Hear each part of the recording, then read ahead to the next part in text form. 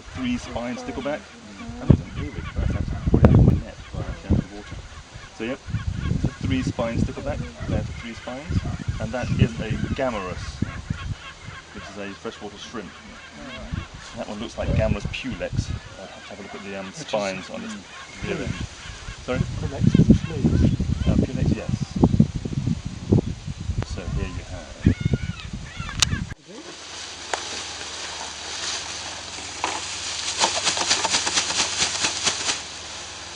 It was here a few years ago. There's a little snail here, that's not the one you're after, is it? This one is about 2 millimetres high. That's a thing called Succilia putris, the amber snail. Yeah. The wrong one. The wrong one. I know we're not doing terrestrial invertebrates, but my God, you get a lot of stuff coming out of these trays when you shake it all in. It's absolutely astonishing. If you look at that, how much you can't get, see anything. Harvestman, One or two. God knows what that is. Shape into position. You can And see what you mean. Little guys all walking about. Absolute, just an array of wonderfulness. Yeah, it is, isn't it? But I can't see my snail, so we'll keep looking. With everything else.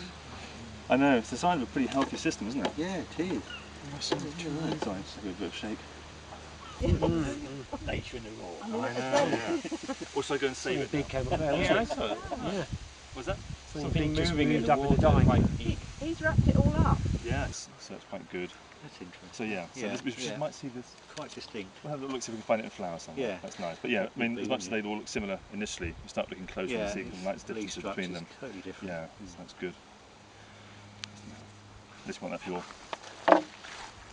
herbarians. This is what? That's the marsh bedstraw. Marsh bedstraw. Yeah, Gallium palustrum. Things compare in contrast. I'll do edge first. I'm going to be looking for some rare snails you get here.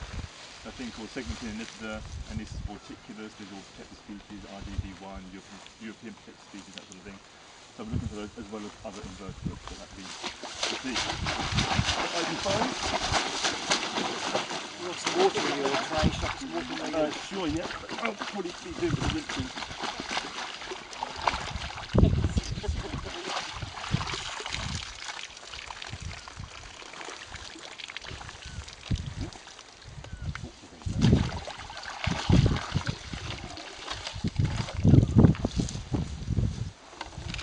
Brown leaf jobby is froglet, a thing called Hydrophilus mortis rani. It's another thing you get rare rusts and smuts on. This one doesn't, but actually I have found, oh, there's a caddis. Caddis fly. Yeah. In my bag I have 1 million books, so if you want to identify the species, knock yourselves out. Limnethid for me. There we go.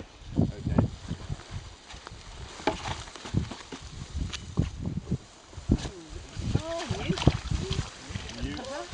Boatman. Oh, Spider, that's not a water spider, so you can't look at that. back. Not the right one. What we'll do is I'll do a table.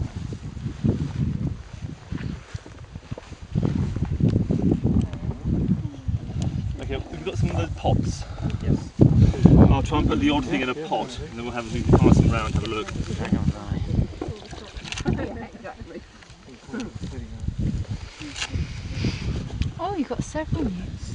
I just squeeze past it. Oh, I know how to catch stuff. I was going to say, I've not seen that technique, but I'm going to have to try It's it not now. my first time. Sorry? Have you done this before? Yeah. Well, your second gentle time. figure of 8. Sorry? Yeah, clearly my figure of 8 is lacking. So this thing is a thing called Notonecta glauca. It's a back swimmer. It's quite a big, you get a whole bunch of things called coryxids, which are back swimmers, and you get 2 or 3 different sort of main groups. There's a thing called Notonecta, so it's a big one. It has quite pale underside, and when you want to identify it to species properly, you have to put a ring off, have a look. But normally doing aquatic invertebrate sampling, you'll take a sample from a site, and then you'll take it home to the lab and identify everything properly. Because it's quite difficult doing most of the species, 2 species in the field, and some are impossible because you need to dissect the genitalia to get them out to see how the hairs are on the... It's awesome fun. You should all do it. I said pass that around, that's Notonecta, which may be on your To the side, I think. other inside. Notonectors, here we are. So this top one here is a notonectid. Greater water boatman, excellent, has an English name. Oh, even better. Brilliant. Okay, there's a fly. Get rid of that. Let's have a look. Don't want to see fish. You've all seen fish before.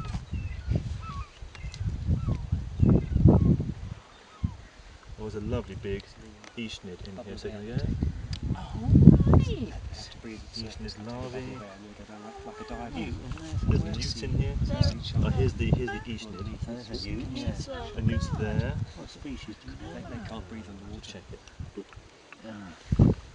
That's it. Doesn't like that I've much. seen them quite a little new there. Anyone? Okay. Well, feathers on his back. Yeah, that's lovely. No, that is a dragonfly larvae. That is an Eachnid species. Eachnid are the hawkers. Yeah. Most likely going to be. Oh, yeah, so it's there. So the Sympetrum is going to be your darter. So your reddish ones with the buzz around. The big one's going to be your Eachnid. Yeah. Going to be your big blue one. Do they, like when they hatch, will they be that size and then will they grow after the... Yeah, what happens is they climb up a stem of grass. Stem of vegetation. Yeah, and then they just... Then their backs, then they sort of start, they stay there for a little bit overnight normally, then overnight in the morning they start to break open the back of the exuvium, back of the shell here, back of the skin. Is that a And then they snail? crawl out. Oh, sorry, just there. That tiny little one's attached to that. Yeah.